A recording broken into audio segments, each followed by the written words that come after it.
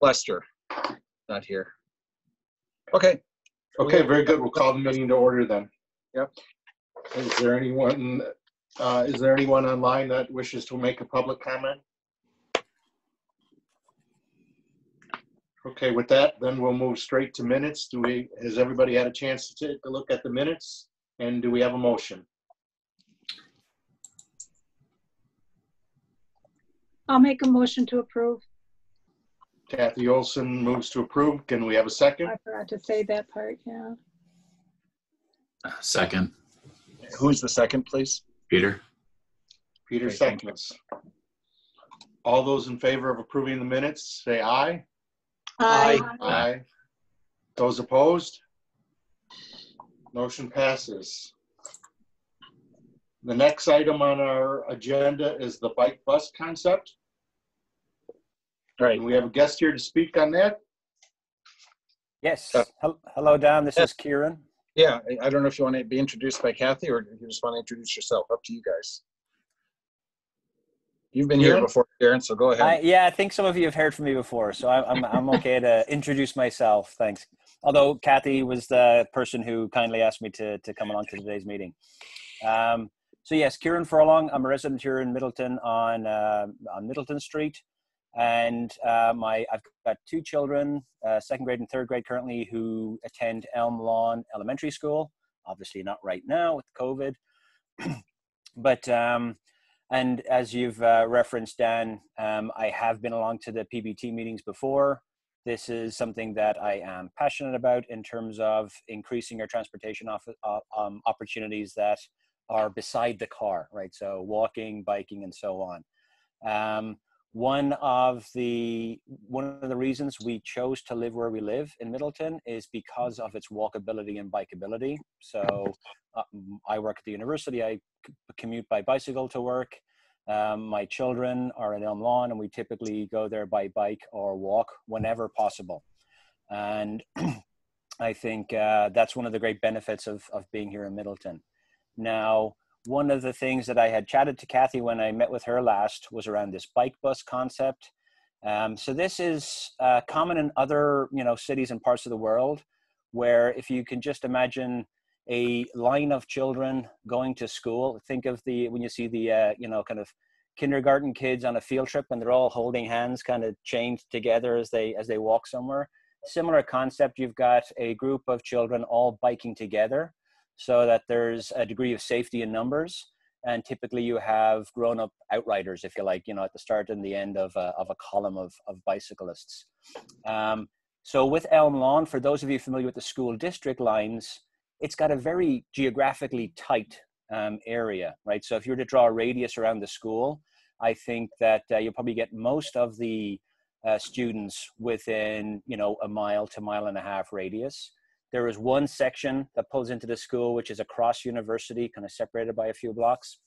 A lot of those children are bussed in.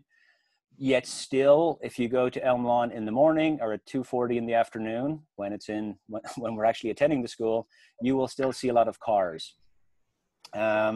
So I don't think I need to educate this community around the benefit of encouraging alternatives to vehicular transportation, particularly for short journeys, in terms of hitting Middleton's goals for global warming and so on. So I'm not going to talk too much about that. I will just take that as a given from what I've heard from the committee at prior meetings.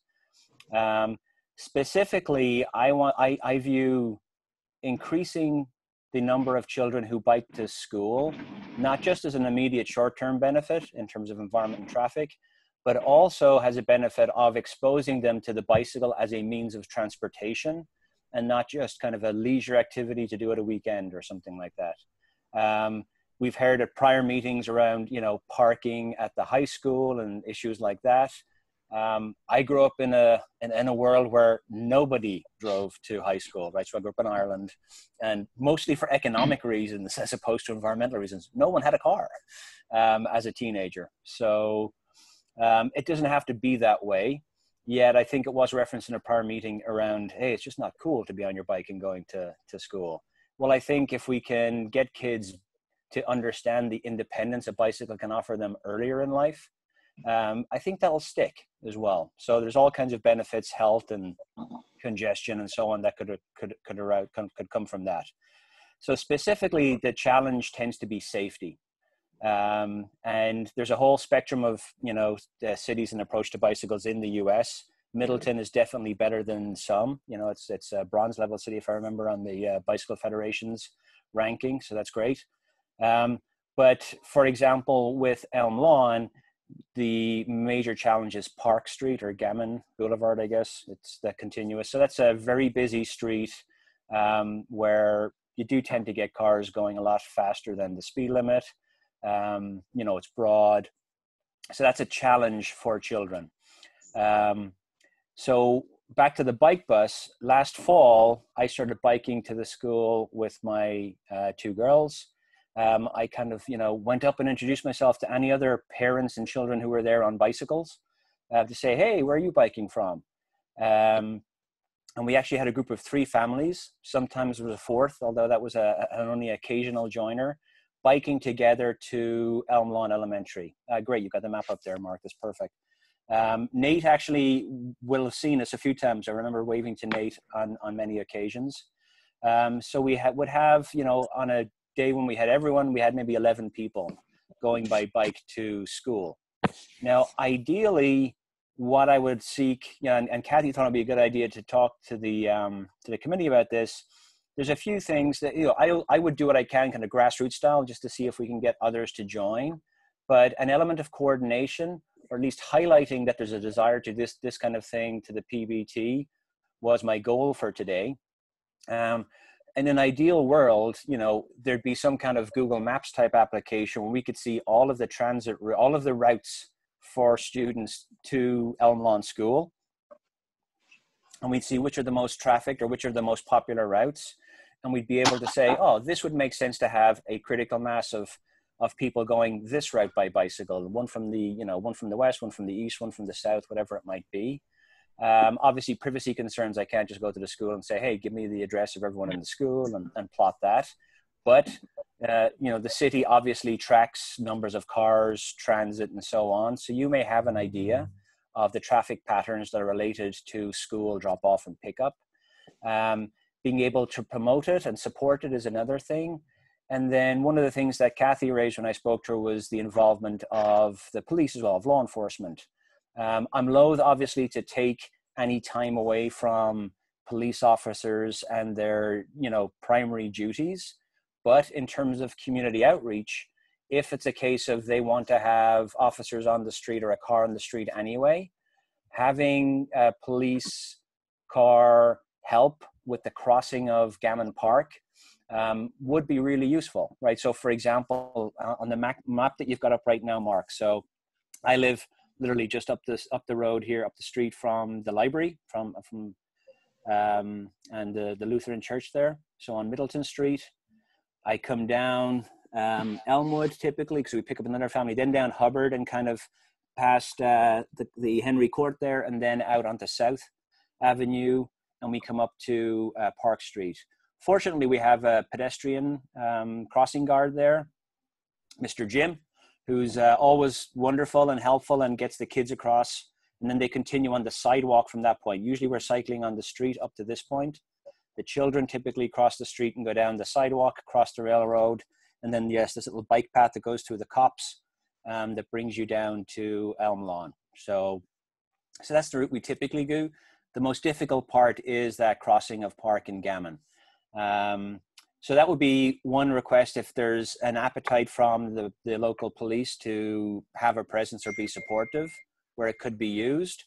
But overall, I think just increasing the visibility of this concept and having more families be aware of it. One of the biggest impediments to children biking to school, from what I've learned as I talk to people, is fear, right? So the parents are scared of their kids being out on the street because of cars and other traffic.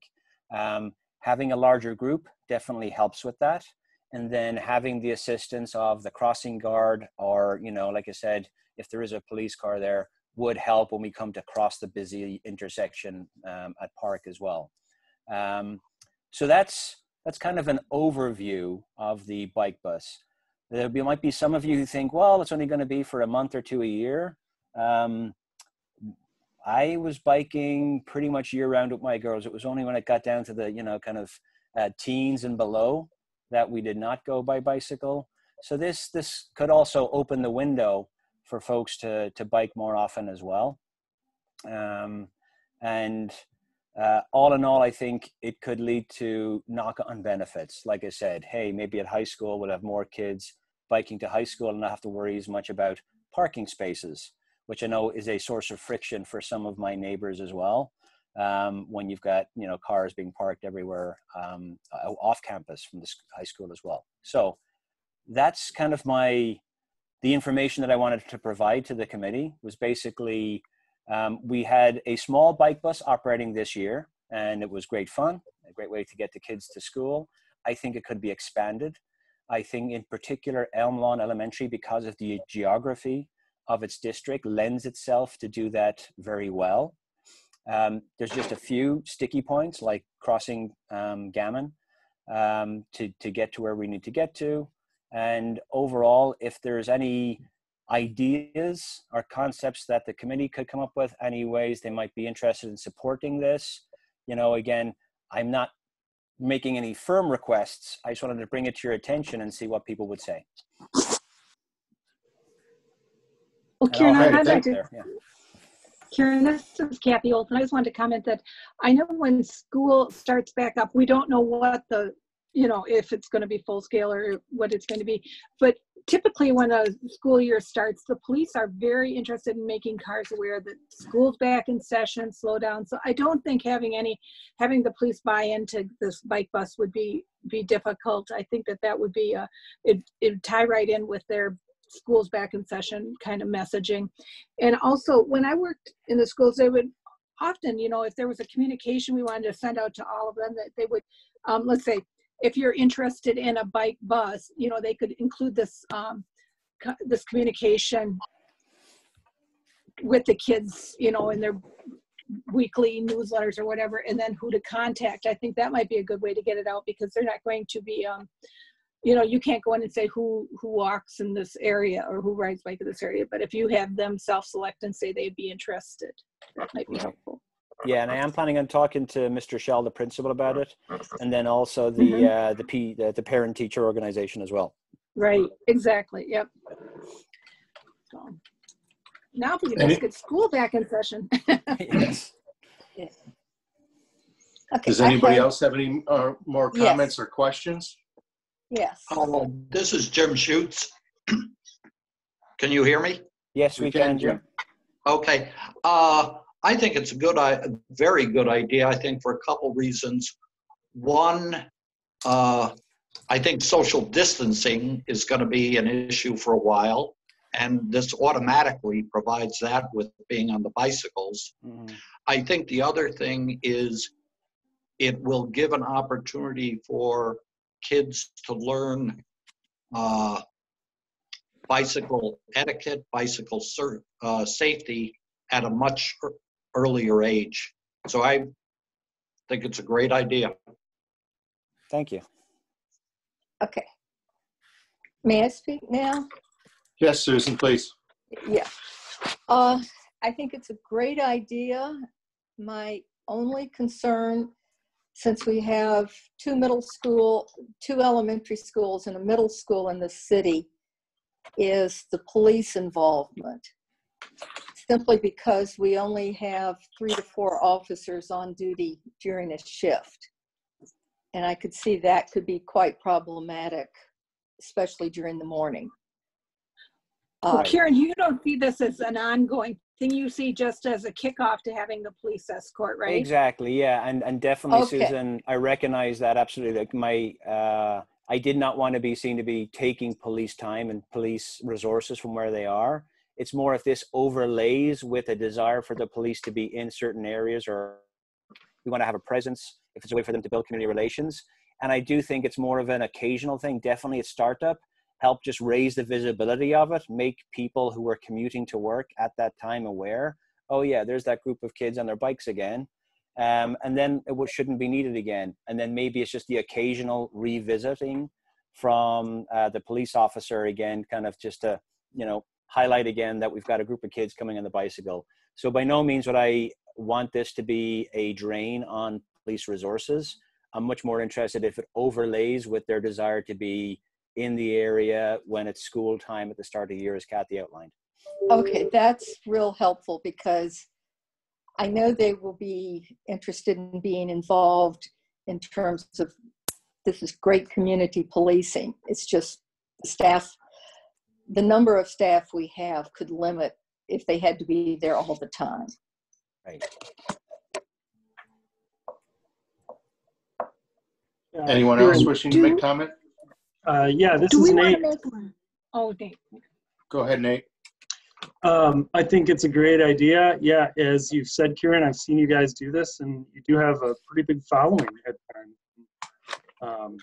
I think keeping that going is good.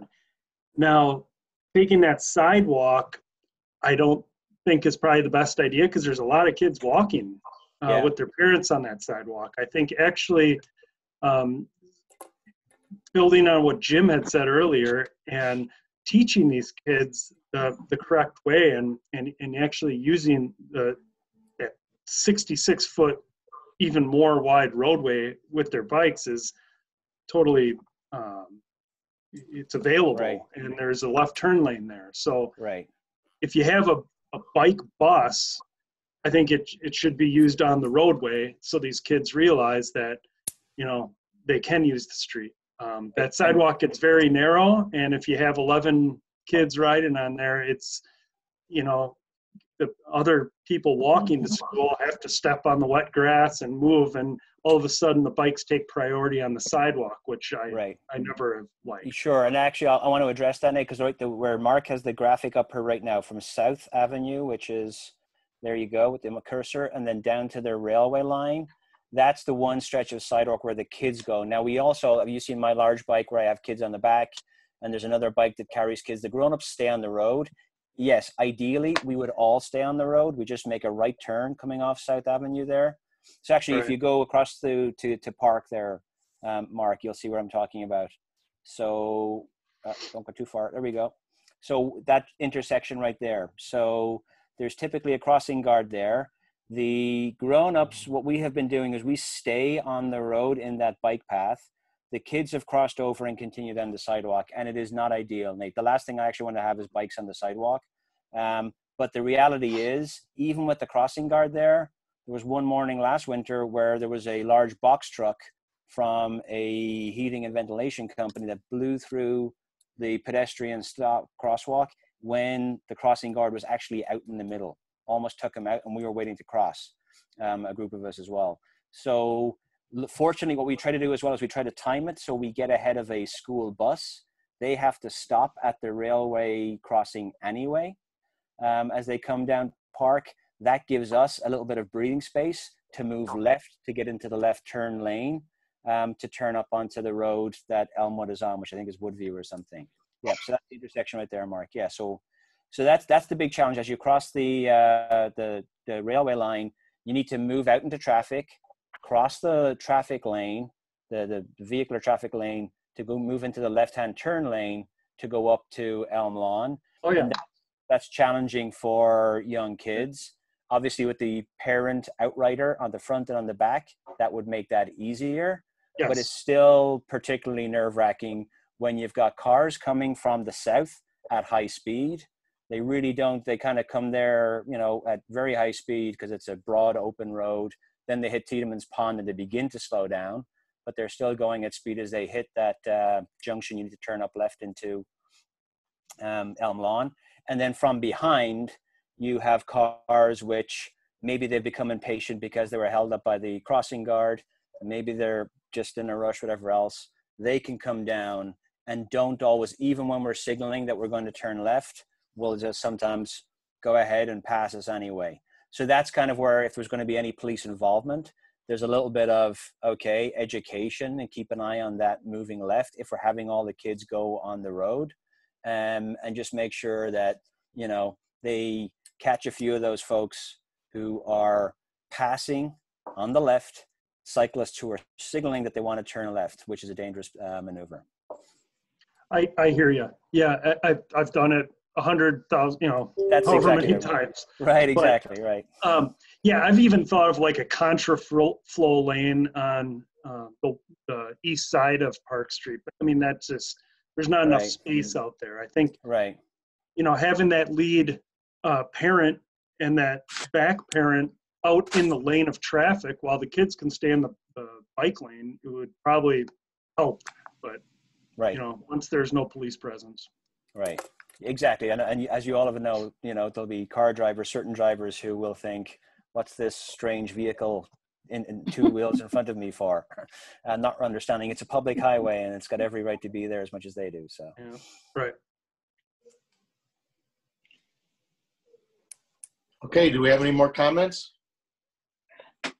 So should we have a motion here of support for the bike bus concept? Is that what we're looking for? I would I appreciate think that. I think that would be a fine idea, Kathy. You want to make that motion? I'll make that motion. Second, Jim Schutz. We have a motion and a second. All those in favor? Dan, just to clarify, so the motion is to express support for, should we say something like institutionalizing the bike bus well, maybe that's not the right word, but just supporting the bike bus concept and to encourage that it be developed further. Is that kind of what you're getting at, Kathy? Sure. Is that good, Kathy? Yes, that's fine. Okay. Yes. And that will be helpful for me when I go and talk to the PTO and the principal and so on as well, to be able to say, look, the city is also, the body within the city that addresses these kind of things is supportive of the concept. So Yeah, thank you for that. We endorse the concept. Okay, all those in favor, say aye. Aye. Aye. Opposed? Motion carries. Thank you, Karen. Appreciate it. Thank Thank you. you, I Karen. will turn my camera off because I'm going to eat some dinner, but I will hang around and listen to the rest of the proceedings. Thank you very much. Thank you. Thank you. And I have custodial staff that's about to come in, so I'm sorry for the interruption and the noise. The garbage carts in the hallway here. And also, I want to recognize the mayor just arrived too. He had been waiting in the room, and I don't know when he joined, but I let him in, and I will not have a room set up in the future, but I'm keeping an eye on this in case people are trying to get into keeping an eye on it. So Thank you, Mark. you're welcome. Sorry if you were waiting for more than a few minutes. It's okay. Thank you. Go Okay, ahead, Jim. item number 2 on our agenda is the Pheasant Branch Creek Corridor Master Plan. Now, this has been going to a number of committees, and it has come to our committee. And what we'd like to try to do, and what staff is looking for, is our thoughts, recommendations based on our expertise. In other words, bike and pedestrians. Sorry, I'm looking for my, I'm trying to find where I had the agenda, and here the staff is about to come in. Just a second. I'm in a meeting, so that's okay. Thanks. All right, so we need the packet for the meeting here, which is this. It's over here, okay? All right, we are going back to the, okay, go ahead, Dan, I'm with you now. So has everybody had an opportunity to at least take a look at this plan? Yeah, I'm just getting back. And in this plan, there are variations, but there's 3 different options, an option A, B, and C. I can't figure out how to get my screen up here. There we go. All right, back to the top. What page would you like me to go to, Dan? Is there something in particular? And also, by the way, Matt Amundsen is online, so he can comment as well. Well, if we look at the options, our committee could look at the options, the A, B, and C options, and Right. see if there's an option that we would endorse over the others. It kind of starts, option A is on page 68, Mark, Yep, I'm going there. of our packet. Just trying to find the page number 68.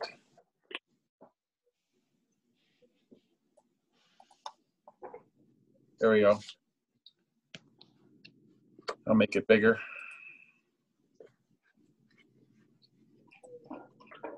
How's that?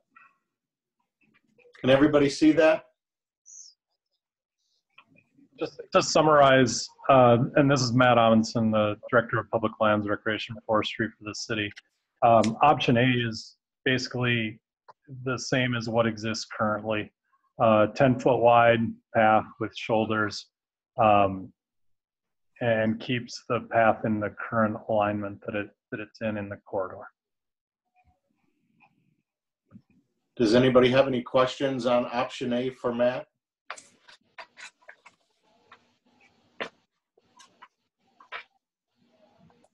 Matt, you want to give us a rundown then on option B? From memory, option B, if you could get to that graphic, Mark, just to help me out a little bit. Page 70. Yeah. Option B expands the path to a 12-foot width, and that's really the only difference. One of the things that we heard throughout the public input process were concerns over user conflicts on the trail, especially between nature observers, bird watchers, and runners and cyclists, and that oftentimes those groups don't interact well and have conflicts in the corridor. And so a widened path would hope to reduce some of those conflicts. And I would add, Matt, if I may, that 12 feet has become a pretty much standard in Madison and other communities to reduce those conflicts that he was just describing. It's just sometimes you don't have the space for it, but 12 feet is not an uncommon standard these days.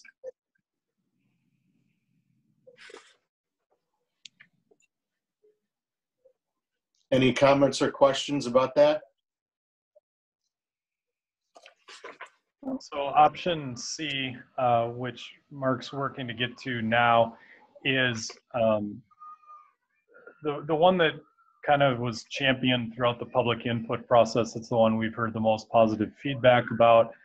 It takes the existing path in its current alignment. It looks at realigning the creek, the potential of realigning the creek to reduce the two bridges closest to Century Avenue. And this would, by realigning the path and keeping it on one side of the creek for a longer segment, would eliminate two of the bridges.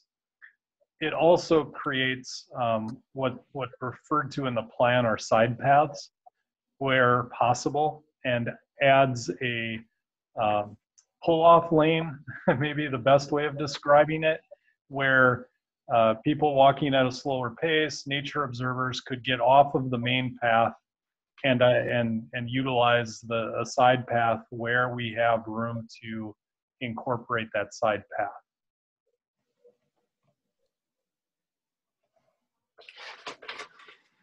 Does anybody have any questions on that? No, I would make a motion that we recommend option C. Susan makes a motion for option C. Anybody interested in seconding that? Matt, what are the cost implications of each one of these?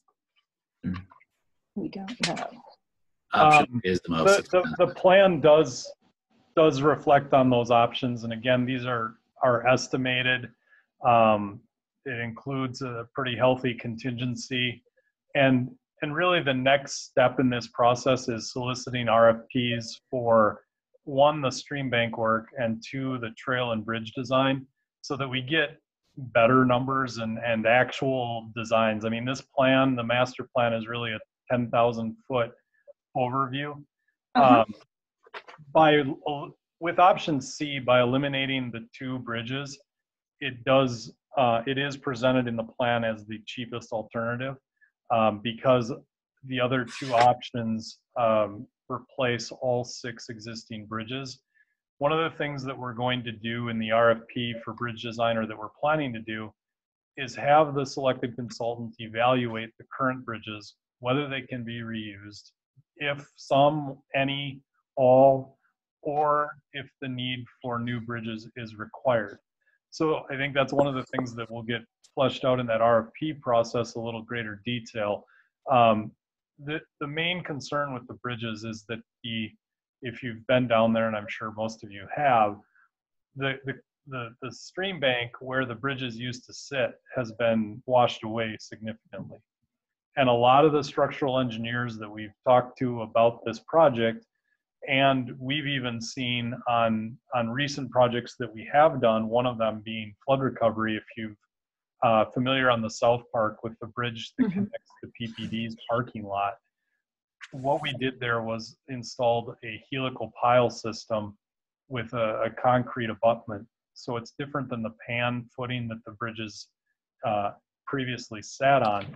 And what that allows, that use of helical pile deals with the poor soil, wet conditions. It's a frequent element on boardwalk construction. You may be familiar with the, Mark, you'll have to help me with the name, the Dane County, it's the largest section of boardwalk, I believe, for sure in Wisconsin, maybe one. The Yahara Trail by Lucier Center on the way to McFarland. Is that the one you're referring to? Correct. It connects McFarland to Monona. That was a helical pile installation. Even the new boardwalk that's going in along Highway M that Dane County's putting in has helical piles. And if you've seen the new boardwalk that we constructed recently in Middleton Hills, that was done with, it was the first project that we did in the city with use of helical piles. And so the RFP will explore what the correct abutment treatment is, and we're leaning right now towards helical pile, but obviously the design work will kind of point in a correct direction there. So Matt, does option B and option C both eliminate two bridges? No, the only thing option B does, when I'm reading under the pros, it said that under the 12-foot eliminates two mainline bridges. Mark, can you go back up to B? I wasn't, if B realigns. I didn't Yes, think it did. there is stream realignment with B. Okay, so B realigns, but I don't think includes the side paths. So B would just be a 12-foot wide paved path. Right. C would be a 10-foot wide paved path with the 5-foot natural surface side paths. But according to they both eliminate the final two bridges or the two bridges closest to Century Avenue. In option C, throughout the whole path, are the bump outs, are they the whole path or are they just in certain areas? The idea is anywhere where we can achieve enough space to have them. It won't be the entire corridor because there's some points where it's just too narrow and you're barely fitting the path in. But again, that's something that the design would identify is, you know, how and where those best can be situated. And the stream realignment, is dependent on DNR approval, and that'd be part of that design process as well as getting the DNR board on board, similar to what was done when Cromery was constructed and the creek was re-channeled there. Kathy, if I could answer your question, there are only two areas. One is the west of the Park Street, and the other is the east of the Park Street, where you can actually have a CE option. So I mean that's probably marked in red in any case. So can everyone see my cursor on the screen? I don't think so. No, okay, I wasn't sure. If you look just north of the baseball field behind the high school, there is I'll call it a purple or lavender color dashed line. And if you look in the key, Mark, I see it. Go back on that screen view. So you actually see that, thank you, that light purple color. There's one behind the baseball field. There's another just south of the new detention pond behind the police department. There's two behind Cromery. So that's actually 4 side path locations just in the section between Parmenter and Park. And if Mark's able to go back to the view. I'm trying to find my cursor now. All right, here we go. So this is what I was trying. So here's the purple. It's hard to show. It's not really pointing, but you can see the area where the bump out is for the circle is the detention pond by the police department that washed out. And to the bottom of that circle to the right is that purple line that Matt was just talking about. And then there's another one to the east. Well, and there's another one closer to Parmenter. Yep. And there's two behind Cromery. And yep, then I see 4 of them. Yep. And then if you go into the next section from Parmenter to Park, I see 2 in that view. Yep. And the red dashed line is where they're looking at a realigned creek channel.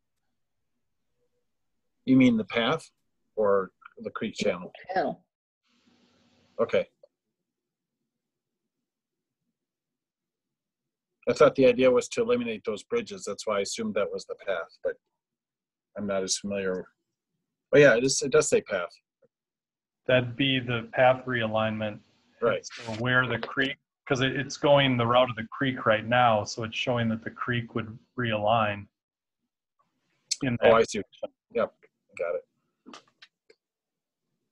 So this plan shows 6 potential side paths. I would like to comment on the side paths. This is speaking from Conservancy Land's view. There's always been a conflict between birders, walkers, bicyclists, and having those side paths have a significant, will minimize that conflict. So since this is a multi-use area, having the side paths will really be a tremendous asset. But aren't the 12-foot paths, they eliminate a lot of conflict also. And it's consistent throughout the whole corridor, not just at these certain bump out areas. The 12 feet will help some, but a lot of people stop and actually look and watch birds and so on, and that's where we have problems. In the public outreach, there was just a lot of interest in being able to increase ability to interact a little bit more with nature, more than just walking or biking through it. Well, that when someone's biking through there, I mean, it's not only at the bump out areas. It's the whole pathway that if somebody's That's true. walking. It's a problem throughout. This will help minimize it. It won't eliminate it, but it will help minimize it. And this has been an ongoing problem with users for 10 or 15 years. Would it be possible on option C to make them 10-foot paths, and then instead of having it looks like 10 feet of separation, that they only have 8 feet, and then you have the best of both worlds? I think that the challenge is there's some pinch points that isn't going to necessarily allow that. It's worth exploring. It's something that we could take a further look at. I just know that one of the big considerations is there are several points where even 12 feet is going to be constricted in the current setting there. Right. So then how wide would you say, if with these bump outs, when you're tight, you got a 6 foot, a 5 foot, probably 2 10s and an 8 maybe? No, that's not 8, that's 3. I didn't follow, Kathy, I'm sorry. I was trying to add up all the different sections of the bump out when you have option C. Kathy, I think it's going to depend on the individual little areas, and option C gives us the most versatility when we send it off to the actual designers in terms of optimize it. So the creek will Well, have option C, the I wide agree with that. areas and the separated paths. Optimize. Other parts, simply because there's not enough room, are going to have to be smaller. So when we put out the RFPs to the designers, engineering designers, they will come up with probably the best way. I think limiting it to option B or A is going to have a real negative impact in terms of interactions among the different groups. Well, goal number 2, it reads, maintain pedestrian bicycle passage through the corridor while reducing conflict between user groups. Maintain pedestrian and bicycle passage. And that's what I think this 12-foot will do, more so than having, I have nothing against the bump outs, but I think a 12-foot path would help with this. And if it means making the vegetation in between the bump out and the path 2 feet smaller, or reducing that by 2 feet. I think as a 12-foot path is it would be important for the bicycle and pedestrian conflicts. It's only 2 feet wider than what we've got. It's 2 feet wider than what we have. Exactly. And I think the other thing, it's 2 feet wider than what we have. It's not only 2 feet, it is 2 feet. That's not insignificant. Yes. Conservancy Lands has looked at this extensively and really liked option C. And as I said, we're looking at it from a pedestrian bicycle committee. And as far as pedestrian bicycles, I think the 12-foot is the Conservancy Lands was better looking option. at it in the same way. Kathy, Conservancy Lands looked at it as Conservancy Lands was looking at it as bicycle pedestrians. That's our goal, is to get citizens into this area. Well, the goal here is to reduce conflict. I think 2 feet would be helpful in doing that. And I don't know why we wouldn't just reduce the vegetation swat in between the bump out and the path by 2 feet and add that to the pathway instead.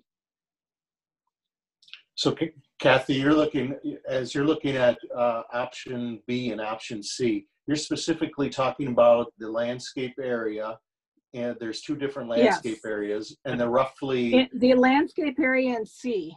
Sure, and they don't show one in B to that extent in the 12-foot. So kind of what your question is, if I may, is why can't we vary this landscape area? Because on the drawing for option C, it shows 2 landscape areas. One it says varies, and one it shows 6 feet with a 6-foot side path and a 10-foot asphalt path. So what you're saying is, with that space that we have, why couldn't we have the bump out and still have a 12-foot path? Is that what you're asking? A 12-foot path, reduce the landscape area, and then still have your bump out area. I think, Matt, if I could answer, I think that the challenge was you can do 10 feet and a 5-foot side path, but when you go to 12 foot and then have a 5-foot side path, it may reduce how many of those side paths you can have, because you may be maximizing the available area.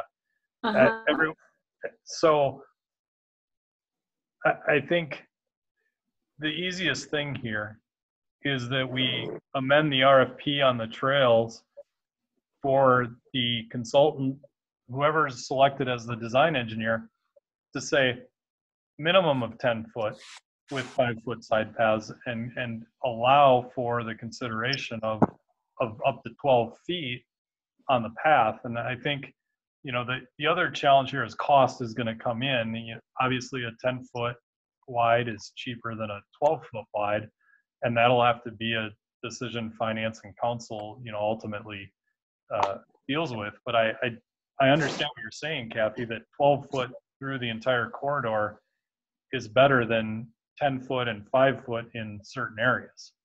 Yeah. Well, how much safer is it? I mean, 12 foot versus 10 feet for for the eliminating conflict? How much better is that? How do we know? I don't know that there's any studies done. I think tangentially Mark referenced Madison has went to a standard 12-foot wide, and what? Yeah. I know if I'm walking and a bicycler is coming up behind me, 2 extra feet that the bicycler has to get away from me, I'm happier with, I tell you. So, and giving them the room to move around.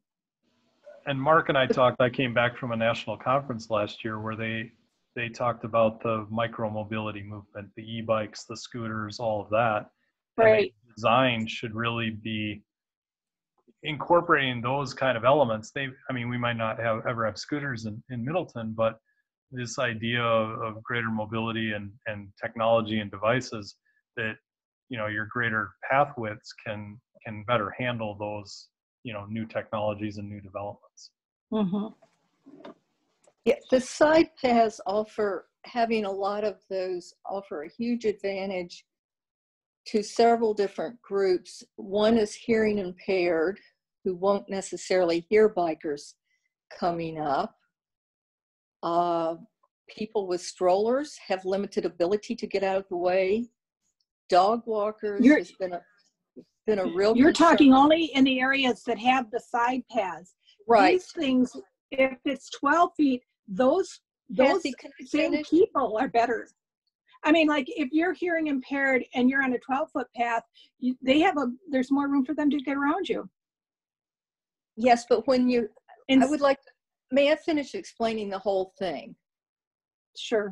When you've got the side paths, there's lots of people that are going slower that want to stop and look at things, groups of kids where they want to learn, people with strollers where it's harder to get out of the way,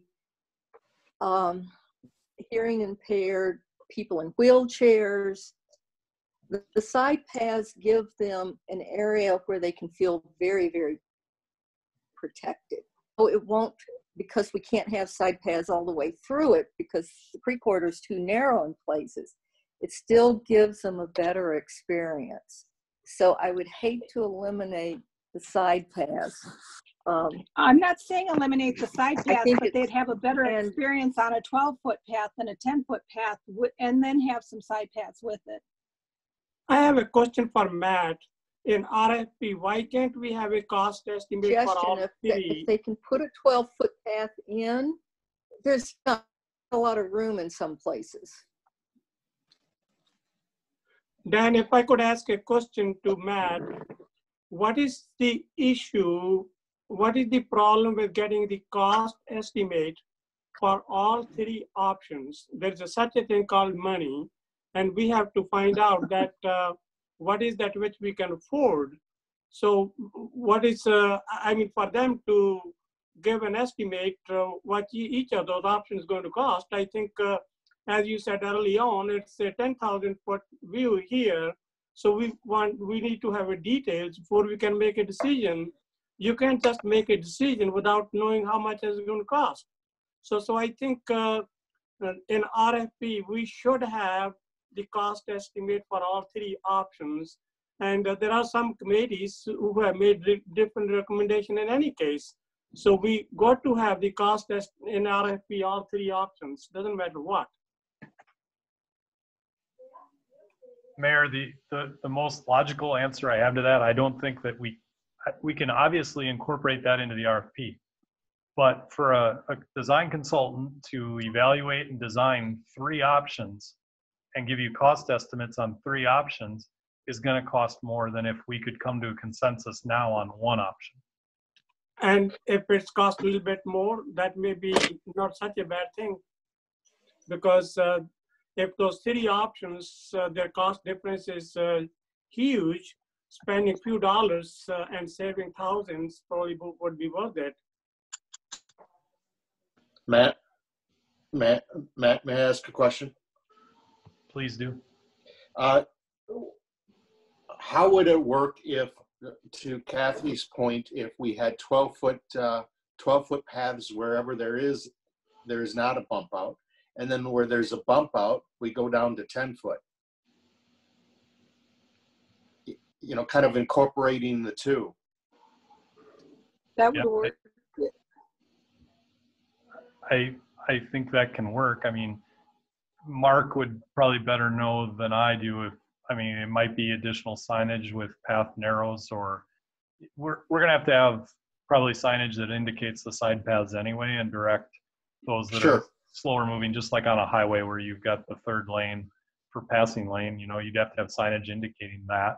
And it could indicate main path narrows, side path available for slower movers or so. I'm sure there's signage out there that would fit what we're looking for in that regard. And I'm not opposed. I think anytime you have more information is good, and there's nothing wrong with putting an RFP out that explores multiple options.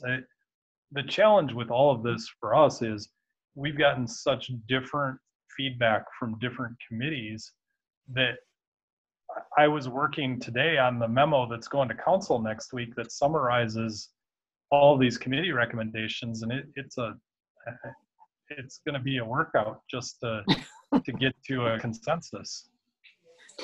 And we understand that that's part of the issue, but I think what we want to try to do from this committee is give to you what we feel as the Bike and Ped Committee, our opinion of what we think the best option is.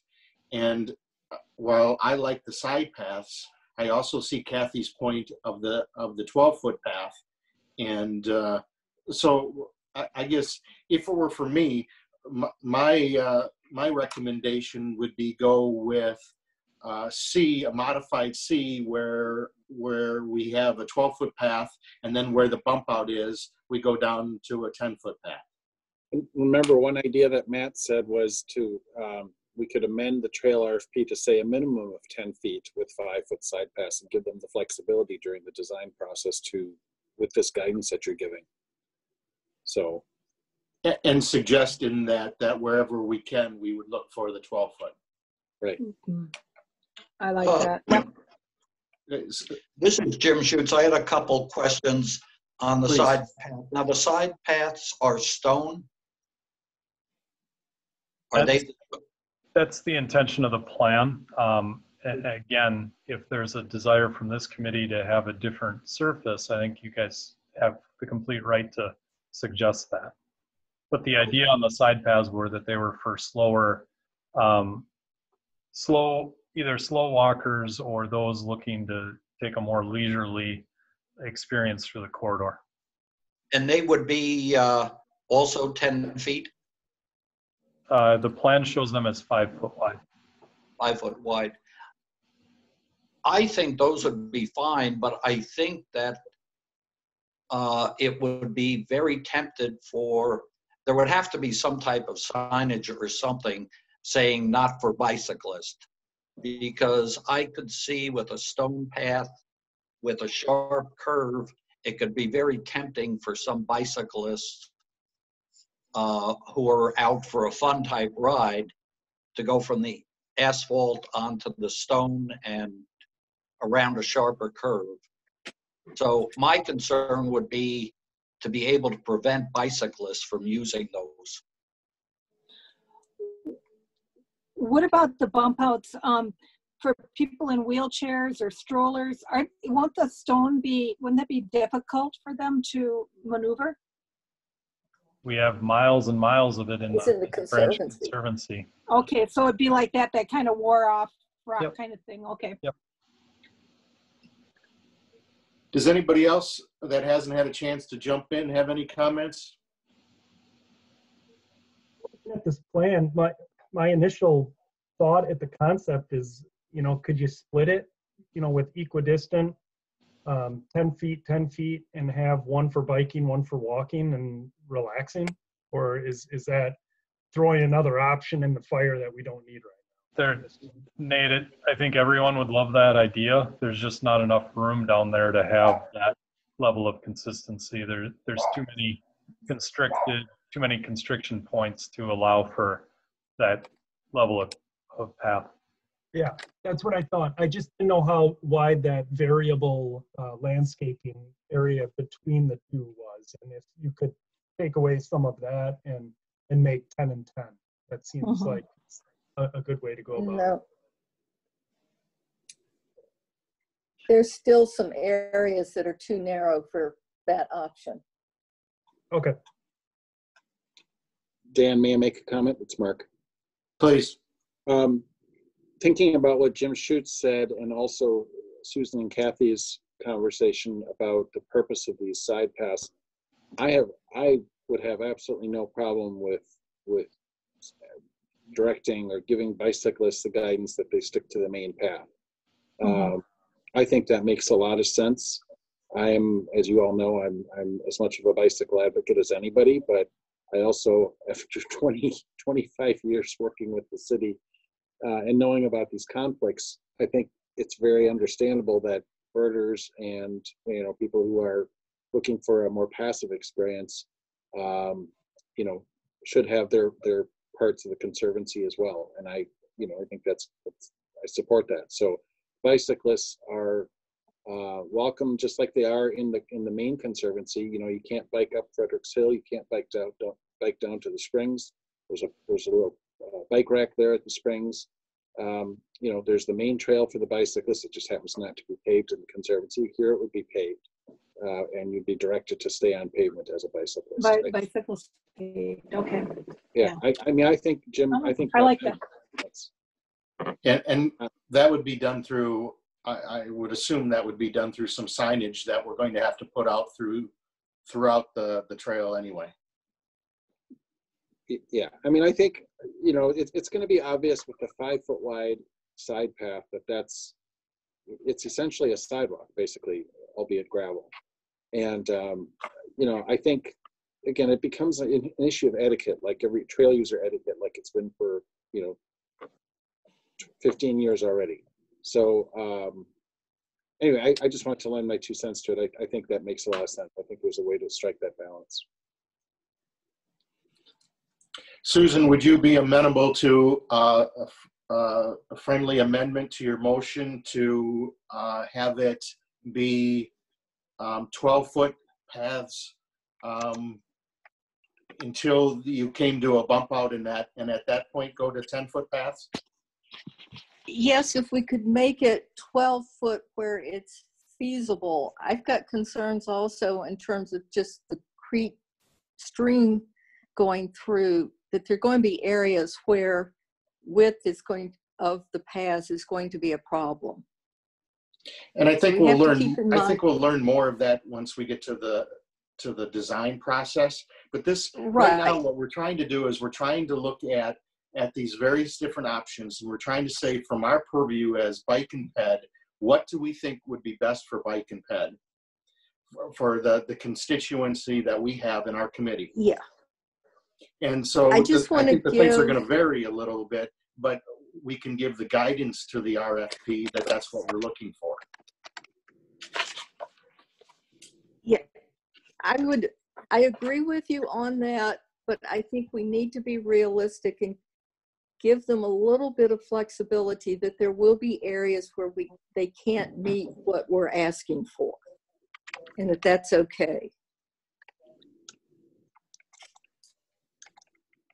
Well, and I think that, again, I think that's part of the design process. If we say to them, we wish to have 12-foot where there's not bump outs, and where there's bump outs, we need to have 10. I think a responsible design firm is going to come back to us and say, you know what, Bike and Ped, we can't do 12-foot at this point, and this is why.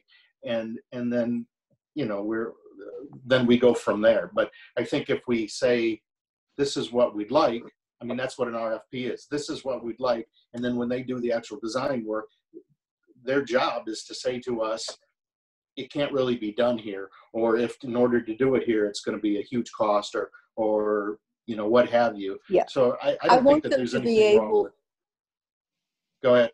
I don't have a problem with that. I just want to be sure that they don't feel compelled that it has to be the 12 feet wide. That they feel like they can provide the most safe trail through there. So the way I recorded the motion is there was a motion by Susan. I did not hear if there was a second. There's not a second yet. There has not been a second yet. No. Just to recommend option C with the request that the RFP for trail design be amended to specify a 12-foot wide path where feasible. Yeah, I can, with the where feasible, I'm happy. I'll second that. Okay, we have a motion and a second. Do we have any other comments? Can I ask a clarifying question? Please. Does that motion include the concept of side paths where appropriate? Yes, Yes, it does. yes. So it's But a that was- modified option C. But that was already part of option C, right? Correct. The side paths Right. were appropriate. That's We're why just Yes. we're just modifying the widths. for the main, 12-foot where Yeah. feasible. yeah, so that's why the motion is again to recommend option C, which includes the side path idea, with the request that the RFP for trail design be amended to specify a 12-foot wide path where feasible, you know, for the main, or 12-foot wide main path where feasible. Okay, we have a motion and a second. And if there's no further comments, all those in favor say aye. Aye. Aye. Aye. Those opposed? Motion carries.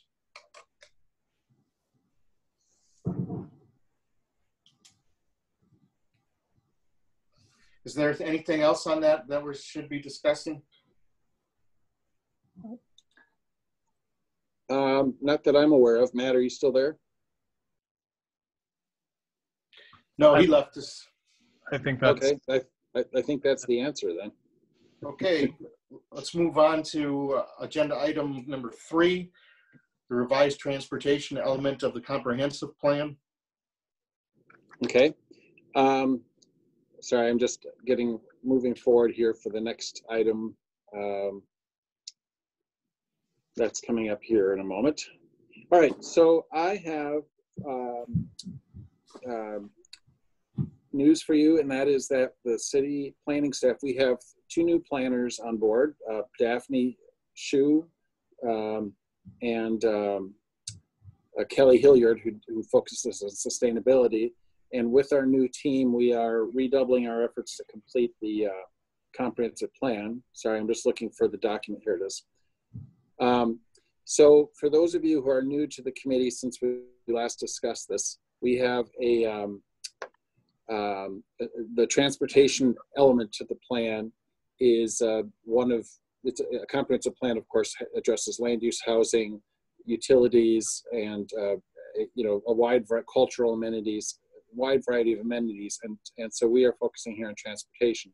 And so this is what we currently have as the strategies, which I'm sorry I didn't have in your packet. It's still something that we're working on in the next few days, and in the next couple of weeks we'll take it to the Plan Commission, actually probably in June. But I wanted to share with you that this, for those of you who are new, that we have this planning process underway. We have what I would consider a very progressive approach, specifically the idea which the PEDBEC Transit Committee has looked at previously. I'll make this a little bigger so that we can see it a little better here. Now I'm using Word, which has a different way of blowing that up, and I'm trying to remember where that is. It's just hard to go back and forth between so many things. Here we go, Zoom. We'll just do this. That's probably, oh, there we go. So, so the main concept here that we've discussed previously is the idea that this is something taken from Portland, Oregon, actually, the concept of, first and foremost, our streets should be focusing on people movement, focusing on pedestrians first, similar to the idea that Kieran was talking about earlier. Pedestrians, including people with mobility or sensory disabilities, and people with specialized transportation service needs or limited transportation choices.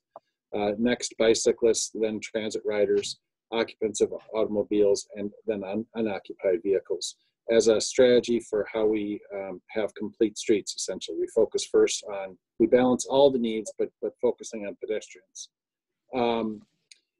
We also have separate strategies regarding equity, safety, partnerships, technology, sustainability, and then the different modes. Again, focusing on pedestrian, ensuring that streets are designed for the most vulnerable roadway user is the first principle. This is still a work in progress, but I wanted to share with you that we are thinking along these lines.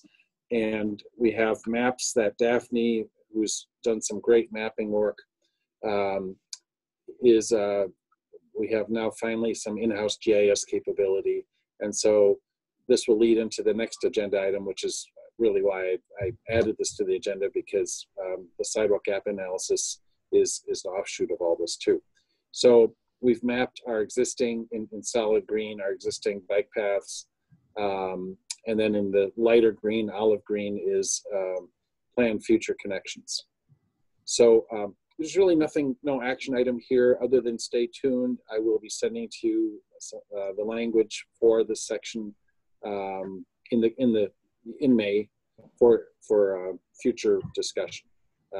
This is being coordinated by the Planning Commission as the keeper of the comprehensive plan, and there's been some input from Ped Bike Transit in the past. So I just wanted to see if anybody had any comments, that come off the top of your head. Kathy, I know you're new since we last discussed this, and possibly a couple others are new as well.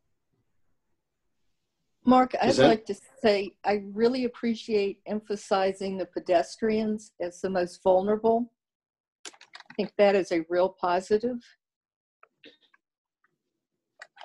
Thank you. Does anybody else have any questions or comments for Mark? I have a comment. You took a lot of this from Portland, Oregon, and I just pulled up Portland, Oregon. They do have a complete streets policy that's been in place since 2012. Were we going to follow up on that, or are we going to? Yep. These things are all, the way we're looking at it is that these things are offshoots of the comprehensive plan. First, we get our comprehensive plan, and then we have action items that come off that. Okay. Obviously, that and the crosswalk safety standards. I guess I'm looking at Portland, Maine. Never mind. Okay. Yeah, Still I Portland. what you're referring to, but so, and I'm trying not to, plagiarize Portland altogether. We have modified that hierarchy a bit, but that's where I got the idea that we took to Ped Bike Transit probably now a couple of years ago. I can't remember when it was.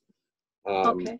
So, and I have a lot of work left to do. There's also a bunch of, we're going to have action items as well coming out of this. And just so you know, the approach to this comes from actually the city. Oh, sorry, this is all bouncing around.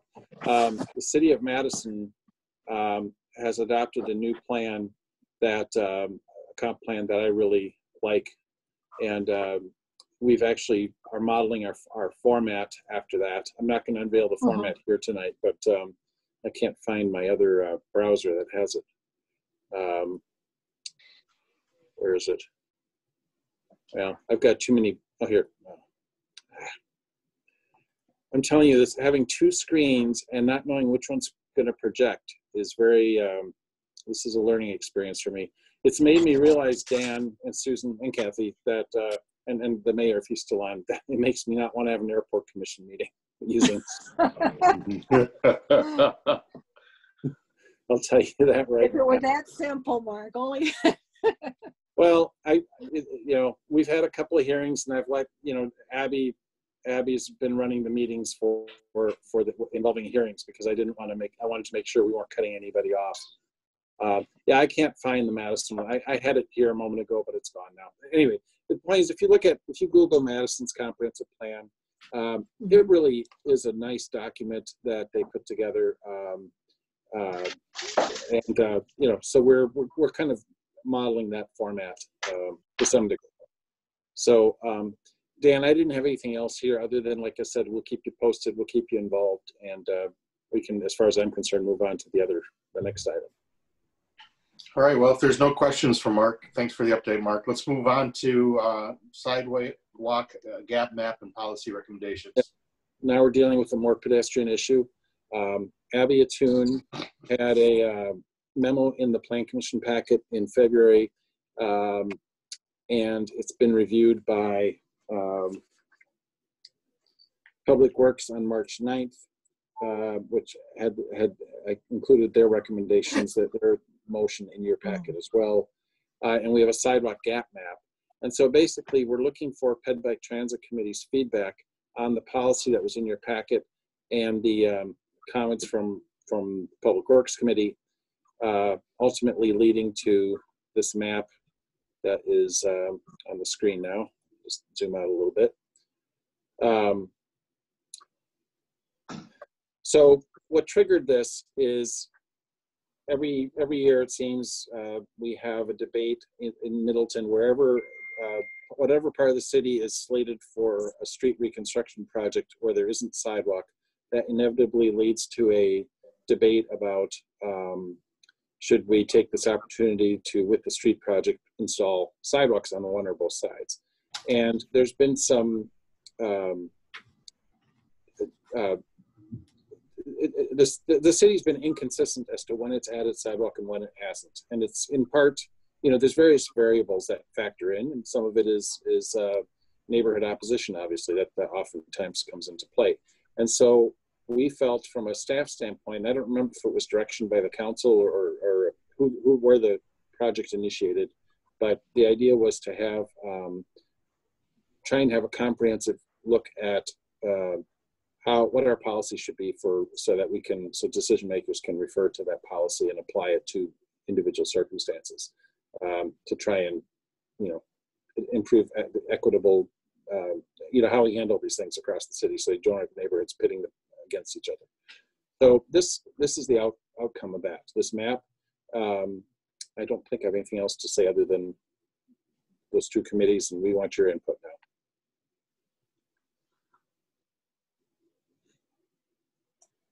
So do we have anybody have any comments?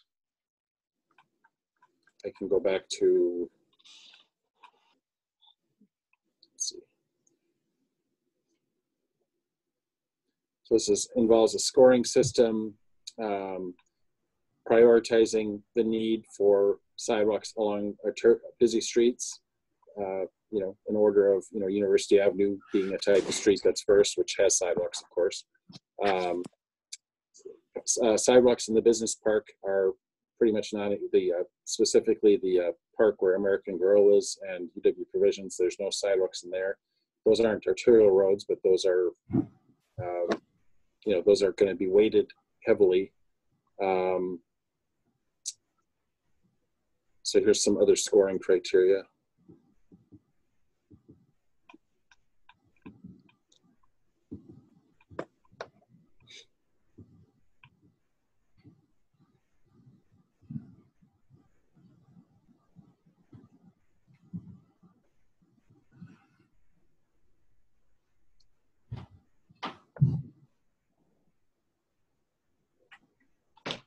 So, Mark, this map then would become part of our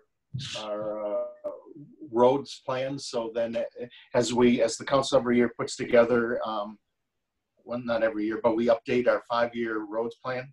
Yeah, I mean, the idea would be to, I mean, I frankly could see us adopting this as a component of our transportation element of the comprehensive plan as well. But yeah, the idea is it's not a static document. It gets updated as conditions change. You know, for example, if you look, let's focus on the business park because that's not controversial for residents. It's just some businesses that may not wish to have the sidewalk. The reason why oftentimes property owners don't want to have the sidewalk in front of their property, it would be in city right away, but the city policy has been to assess the full cost of the sidewalk improvement to the adjoining property owner. And that is part of the reason, in my view, a pretty significant part of the reason why established neighborhoods wish not to have sidewalks. Of course, there's also impacts to trees, landscaping, you know, they perceive that it's their yard. Snow removal. Snow removal, that's a good one too. So, but you know, in the business park, we've got quite a few jobs out there. People go out on breaks, walk around, they have to walk in the street. To go on walks, you know, it's not pedestrian friendly. So that's an area that we've identified over the years as we really should be installing sidewalks there. To my knowledge, it's never been initially. There's not been a formal proposal to do it, but that could come out of this. The area north on Parmenter Street on the north side in the center of the map, that is the Parmenter corridor that is largely going to be redeveloped, and with the street street project, we have a grant for that. So that red will be going away, whatever color that is. And then the middle purple, the less weighted color, are a lower priority. For example, Laura Lane, which is south along the Beltline there, just to the east of it. That's where, past where the new Goben Cars is going in at that location going south. A controversial one that's on the map, Pheasant Branch Road, which the council probably 15, 20 years ago adopted a policy saying we're not going to put sidewalks along the road, but this is again a data-driven mapping process. So regardless of policy, it's just mapping according to the criteria that the underlying criteria. Baskerville neighborhood to the east, that's by the lake here, by the text. That's an area that's developed outside the city, I think, initially, or maybe if it was in the city, it just was at a time when the city wasn't doing sidewalks. So that's a whole neighborhood that doesn't have sidewalks. And from what I gather, most people are happy with not having the sidewalks. Actually, Dan, that's your area, so you can speak to that. Correct.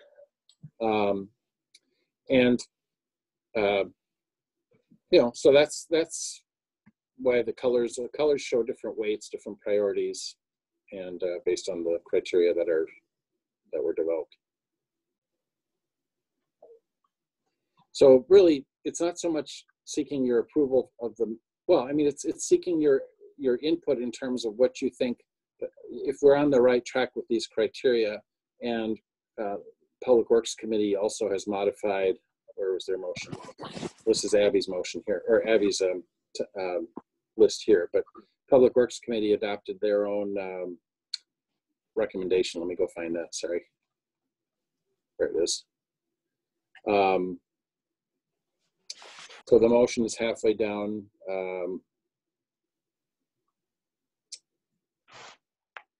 Let's see the 3 bullets there.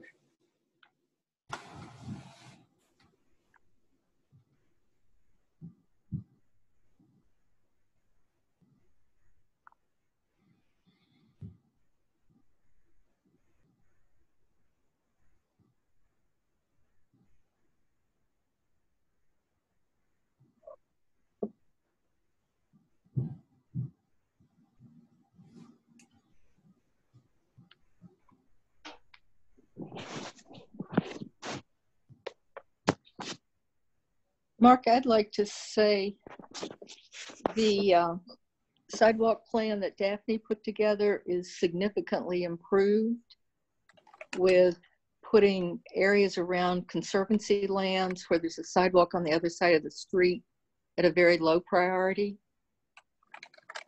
Right. That's a big improvement. I totally agree with you. Can I go, is anyone still reading this? I can go back to the map here. So what Susan's referring to is just picking on Middleton Hills, since it's got most of them. Well, it's the one that it's in the middle here. I was right by it. So, but yeah, it's got a number of basically what you see here in the blue, the light blue, is entirely frontage where there's no houses on that side of the street, and it's adjoining open space. That's essentially, that actually, now that I look at it, that's exactly what that all is. That's why the across the street, the sidewalk is a 5-foot wide sidewalk. So it's plenty wide enough. Yeah. Oops.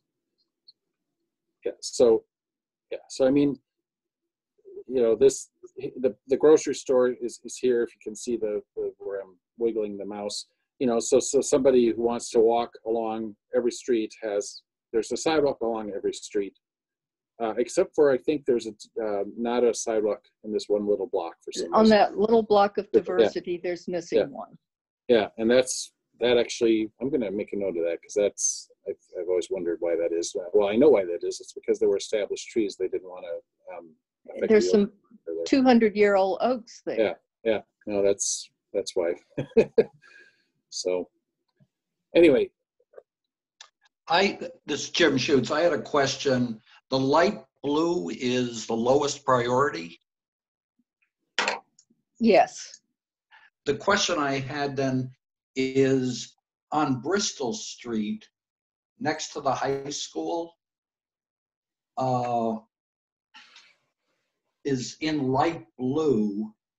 And I had thought that that was going to be part, is that going to be part of the remodeling of the high school? Yeah, yes, that will become, I'm just going by memory now. I can't imagine that we're not putting sidewalk in as part of that project, but I don't want to swear to that now. Right, because at present there's no, you cannot walk on one side of the street on sidewalk all the way from Franklin to Lee Street. Right. I'm pulling up a map to see, well, anyway, while you're talking, I'll see if I can get the answer to that.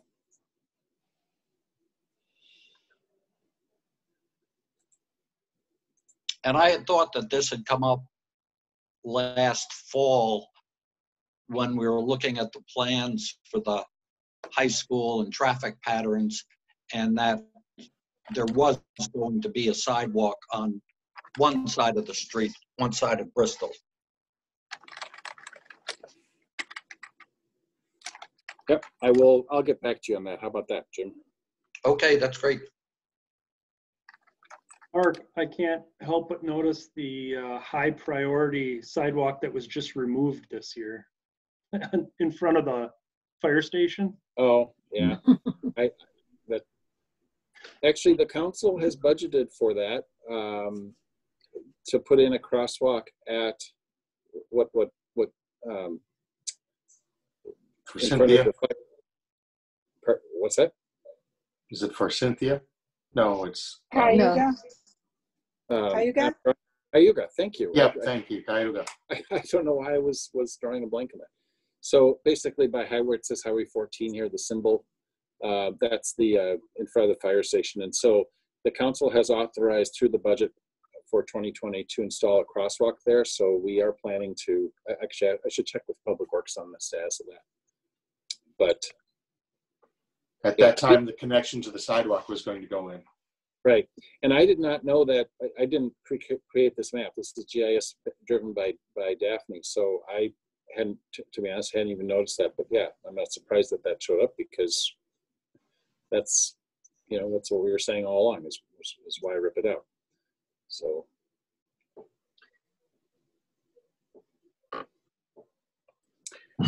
Are there any more comments or questions? Yeah.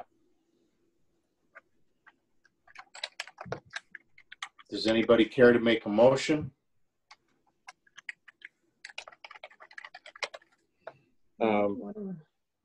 So the motion, what you're being asked today is, you have two committee recommendations. You've got the Public Works Committee with their policy here, and then you had the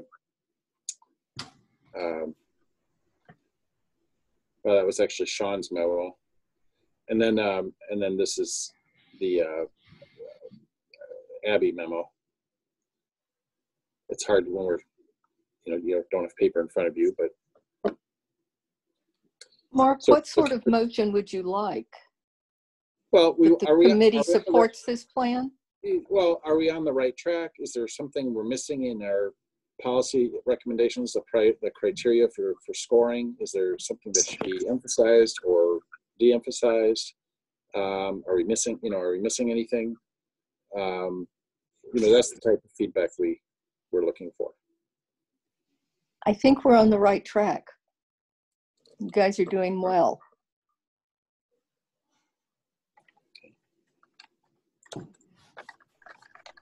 And if there isn't a motion, it would just be a consensus that we're on the right track is what the minutes would reflect. So it's up to you guys. I'd make a motion to approve the recommendations for the sidewalk gap management policy. I'll second that.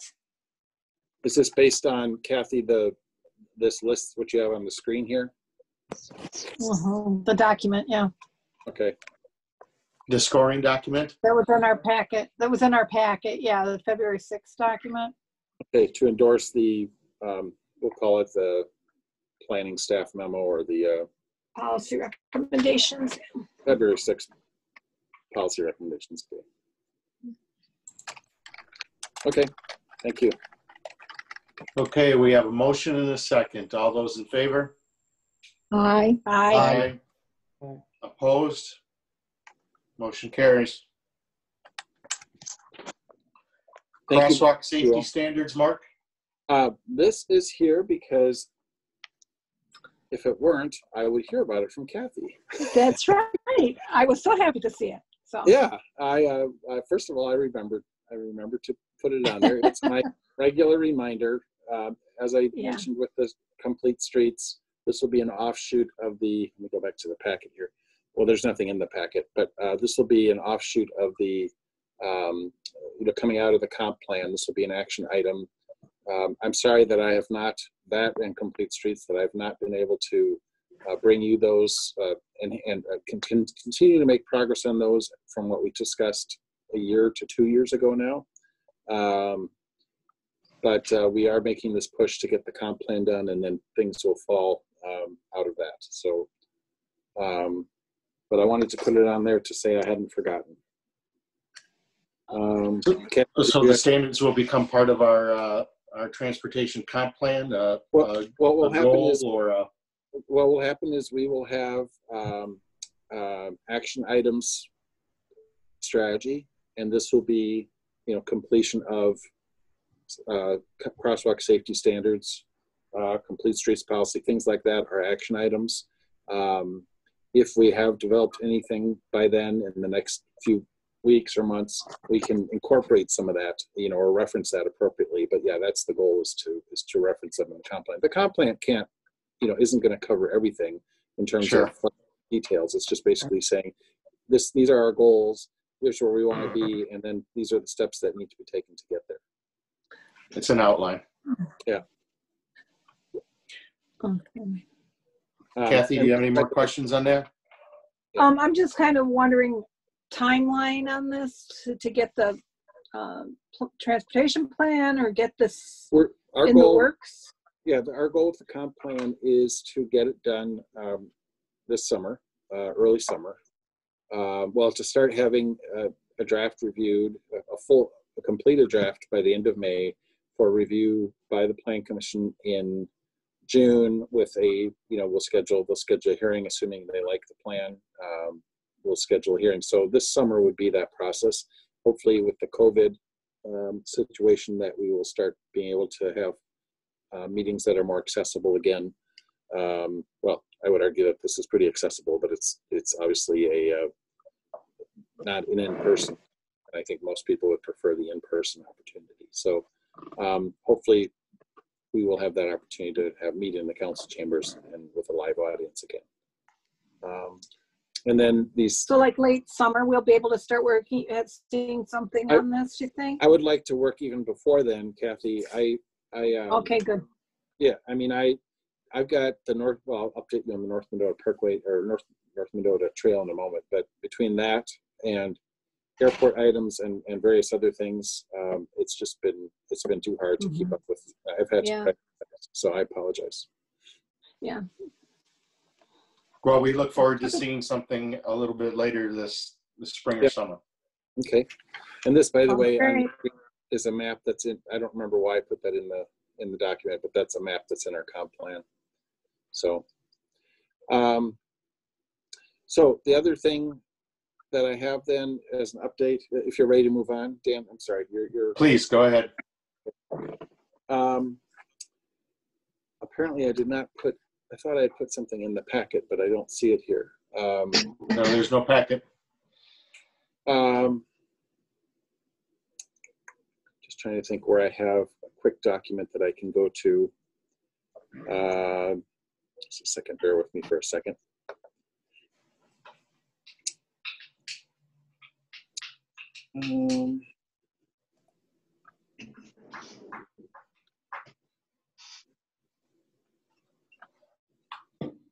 Let's see.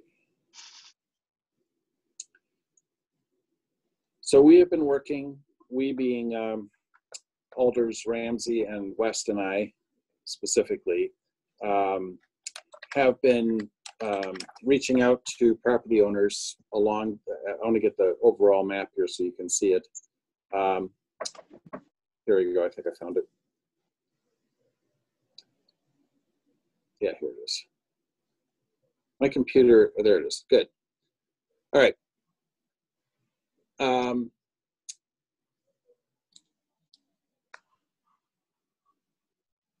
Looking for the overall, does anyone need a map of the corridor? You don't need a map of the corridor, right? All right, so we have 3 segments. We have the segment from Branch Street east to Allen Boulevard. That is, as I mentioned in the staff comments, that's gone out for bid. And assuming we get favorable results, within our budget estimate, cost estimate, that would be then let for summer construction, hopefully. To the east of that, we have the next segment is going up the hill from Allen Boulevard, this traffic signal, up to Highland Way's traffic signal. And Dan and I have met with the Harbor Village Condo Association a couple times. I've also met with a group of residents from Highland, I always forget the name, Dan, Highland Condos, are they? Yes, yes. And what we need from them is 7 feet of land, strip of land, and what you see on the screen here is a rendering showing what the existing condition looks like, and the lush green option. And it was, obviously it's got a subtle message to it, but it was just by luck of, I took the first picture and then Vanderwell Associates did the second one. Just to give them an idea of what they're looking at, because there's been a few people that have been, where did my email go? There's a few people that have been concerned about it at the association, and they wanted to have more information. Here's another drawing showing, again, going up the hill. Existing is at the top. There's a staircase that comes down there, and some vegetation, a tree that would have to be removed. And so I forwarded this to them back in March, 5-6 weeks ago now. And I would say, and I haven't talked to Dan about this, but I would say, the response wasn't, heck no, we're not going to work with you. It was, well, can you also help us with this and this, a couple other things. So because meetings are hard now, there hasn't been a neighborhood association meeting since then, but I'm hopeful, and I want to talk with Dan about this maybe offline, Dan, unless you have something to share here about your communications that you're having, but I'm hopeful that we can reach an agreement with these folks in the next couple of weeks. And what I'd like to do is get their consent, because the city can't condemn for right-of-way acquisition or easement acquisition is what we're looking at. We can't condemn for that under state statute, state law, I should say. So I'm hopeful that they will agree to this in exchange for the city taking on maintenance, both snow removal and pavement repair in perpetuity. And then east of this corridor at the top of are there any questions about this segment in particular? If I could just make comment. Yeah. In our communications with the 2 condo associations, what's kind of slowed us down at this point, unfortunately, is the COVID, because they had planned to have their association meeting in March, when we probably could have had this whole thing wrapped up. And so that's caused some of the delay that we're having. Well, they had actually, at the meeting we attended, I think was their association meeting, and they at that meeting asked us for this rendering, and we turned around and produced the rendering, and that's when COVID. They have right, but meet again. They were going to schedule after that. They were going to schedule another meeting to discuss and vote on, and we haven't been able to get. We have sent them all the information. They haven't gotten together. Exactly. So we've been doing this by email. They've got 55 condo owners, and I would say, a handful, maybe 6 or 7 people had some concerns out of the 25 that were there, Dan. Yeah, approximately. But the nice thing is, there were a vocal group of people that were supportive, not just against, which is nice to have, balanced discussion showing the pros and cons. So what our philosophy is, if we can help make this without significant expense, sweeten the pot, if you will, to improve other things that are on their mind, like this driveway that I showed you earlier. The driveway was up here at the top of the hill at the end of Avenue. That driveway, there's some poor sight distance there. So if there's things that we can do to help address some of their long time issues as part of this project, we're all ears, as long as, we're not spending, thousands and thousands of dollars to do it. But, if it means putting a tree here or there, I mean, that is something that obviously we can have some flexibility with. So, and then east of this project, east of this segment, up at the top of the hill, KL Engineering, our consultant, has prepared the initial preliminary design for the segment going to the city limits. And I have not reviewed that yet. We just received it a week ago. I did forward it to our engineering staff for their review, so I gave them until March 8th to review it. So that has not been budgeted yet by the council. But we'll get a design. My goal is to have that design in hand and a cost estimate so that it informs our budget deliberations later this year. I have a Mark, question for Dan and Mark, if I could. So go ahead, Mayor. This is about, completing the west segment. So could we put some sort of deadlines? You as Dan, you remember you were successful in getting in the budget in 2018, and then 2019, it's 2020. I mean, it has to be done. So whenever the deadlines are put, things happen. So I think also, could we complete the west segment where we have the money? So, and then maybe think about the east segment, at least complete something before we try to, move on to the other thing. I don't know, just a thought, something to think about, because, this, if we put deadlines on things, then things do happen. So, thank you. Thank you. To that point, Mark, all the design work on the west segment is done, correct? We're just waiting to get the a favorable right away from the condo association so we can put that part out to bid. Otherwise, we're ready to go to put that out to bid, right? Well, if there's modifications that need to be made to get the support of the condo association, I guess in that sense, I wouldn't say it's completely final, but it's essentially, it's not quite ready to go out for bid, but they're waiting for our feedback and the condo association. It would, if we could reach an agreement with the association and the neighbors, then should be somewhat minor tweaks. Then we should be ready to go out to bid. That's my understanding of where that stands, yes. Okay. And so for Mark, the east, Mark, could you actually check with them? Because they said that I haven't looked at the documents. The only documents which I have looked at so far, which are available, was up to that Allen code. And I would like to see the other documents, maybe Dan would too, just to make sure I really check with them that we are really ready. So otherwise, I mean, we can assume it, but I think it would be good to check it out. So especially including that bridge on that, and that there was some more work which was getting done that. So I think it will be good that it should be wrapped up and all ready to bid, other than negotiation with the harbor condos. That would be my thoughts for you to consider, because it's good to complete one thing before you start moving into the other thing, for which we don't have any funding yet. Thank you. Well, the council had authorized funding for design engineering for the entire quarter. I thank you for the question, because I wasn't very clear. So the council authorized design engineering for the entire quarter, all what's now 3 phases. The council subsequently, with as the mayor just mentioned, with all the council members on this call, I think, supported the project. the budgeting for construction for the western 2 segments up to Highland Way.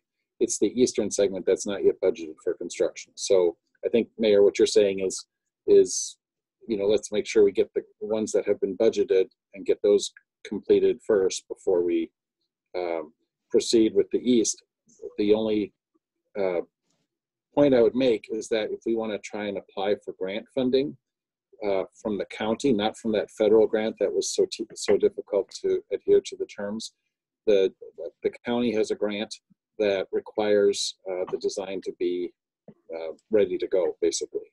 So that's why we've been wanting to make progress. And that hasn't taken up much of my time, because that's why we hired KLs to do that work. But now our engineering staff have to review it. Mark, there's another issue that's just been resolved, and I think to a very favorable resolution, which is the trail behind the houses on Century Avenue, just east of Pheasant Branch Creek, the western part of Pheasant Branch where it crosses Century, near, I forgot the name of the restaurant, near Stagecoach Apartments. Getting that resolved as to whether it was to be raised with a boardwalk versus paved trail was a very complicated issue, and that has been resolved and approved by Conservancy Lands at their last meeting. Yeah, and I thank you for bringing that up. That was one last obstacle that we had to overcome, because the soils there were so bad that the consultant, the delay was caused by bad soils north along the edge of the Conservancy, but then ultimately what Susan's referring to is the path where it comes out by Allen Boulevard. I can pull that map up again.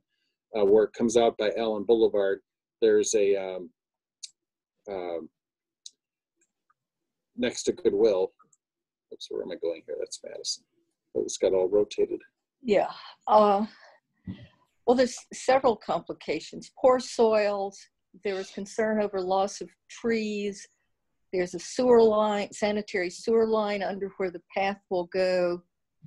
A really steep grade going down from Century to the trail by Goodwill. It was extremely complicated. So Goodwill is, if you look here, this is Goodwill. It's an older photo, obviously, from a couple years ago. The trail is going to come along, if you can see where I'm pointing here. And then when it gets past the driveway, the fence here where the sign is, that's an existing access to the Conservancy. The trail will do a sweeping turn into the Conservancy, and the ground drops off a few feet there. And so unfortunately, that means because it drops off a few feet fairly quickly, in order to be designed to ADA standards, it's got to have a gradual slope, and that means bringing in fill. And when you bring in fill, you have to spread the fill out so you don't have drop-offs. And by spreading it out, you're affecting the trees that are there. So quite a few of the trees have to be removed. I'm told that the trees that are there, Susan, you can speak to this better than I can, the species, but they aren't. They're cottonwoods and silver maples, which have invaded. Yeah, so we took it we had to wait for the Conservancy Lands Committee to meet, but we took this idea there. We had an alternate to have this be done as a boardwalk segment so that it could be raised and meet the ADA, but not require all that fill, which could have preserved more of the trees. But that would have cost about almost $500,000 more. But also we had some concerns from Kirsten Kluckner and other people, frankly, and myself included, that these boardwalks tend to be slippery, and even with the mitigation that we take, it's not an ideal surface for all users. So the CLC accepted the idea of not doing boardwalk and having it be a raised trail. So. And I agree with Susan, great points, but it's just people, as Kathy can tell you, in that part of the city have been waiting for that trail for a long time. And I think they deserve it. And we owe it to them that we complete this as soon as we can.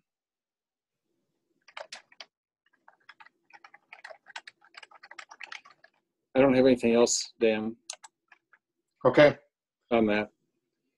You want to move to the transit service changes? Yeah, I don't really have anything to report. I probably sent an email to you in March about it. I'm pretty sure I did, to the committee. And I don't have an update since then, but obviously our worlds have all been turned upside down with the pandemic, and Metro Transit had to take these steps to significantly scale back operations, not only for safety for everybody, riders and drivers, but also because frankly the demand is just dropped significantly. I wouldn't be surprised if there's buses operating empty on a fairly regular basis. Every time I see a bus, I try to look at it if it doesn't have tinted windows, and there are not many people on it. Let's just put it that way. And there's a cap of, I think, 15 passengers on every bus. So hopefully the they have a plan, some assumptions for as communities start reopening their services. People aren't going to immediately flock back. So they are recognizing that there's going to be significant budget impacts for this year. Already there have been, and it's not going to immediately bounce back. I think they were assuming by September, at most 75% service and 60% ridership, I think it was. I don't remember the numbers, but there's going to be I don't know what the impact is going to be to the Middleton's transit budget, but it's going to be significant. But except for that is the intent of all these deliberations in Washington about how to, with using stimulus funds to, or whatever they're calling them, the CARES Act and other funding to try and fill these holes that are being created, specifically in this case for transit service. So I don't really have any update. There certainly isn't an action item, but I just wanted you to be aware of it, that this is something that obviously we're doing the best we can and are kind of at Metro's mercy here. Ironically, though, the footnote to all this is we actually now introduced service on Sundays, which we had never had before. And the reason that happened is Metro actually argued with them about it. I was saying we shouldn't do that, even though I would love to see it happen, but I didn't want to introduce something and have somebody get used to it and then be upset if we take it away. So I didn't, but they wanted to keep it as simple as possible for their operations, to have one pick, it's called, so that when drivers bid on routes, driving or however they schedule, it just made it so much easier for them to respond on a moment's notice as the pandemic rapidly unfolded. So we now have Sunday bus service for Route 78. What the ridership is, I would venture to bet it's a dozen or two a day. I have no idea, but it's minimal. Sure. So. All right, thank you, Mark. Yep. Does anybody else have anything else? If not, I'd entertain a motion to adjourn. So moved. This is Kathy. Seconded, Jim. All those in favor? Aye. Aye. Thank you all. Aye. Okay, thank you for bearing with us with this technology, and we'll see you. I'll let you know when the next meeting is. Take care. Thank you very much. Thank you. Goodbye. Thank you.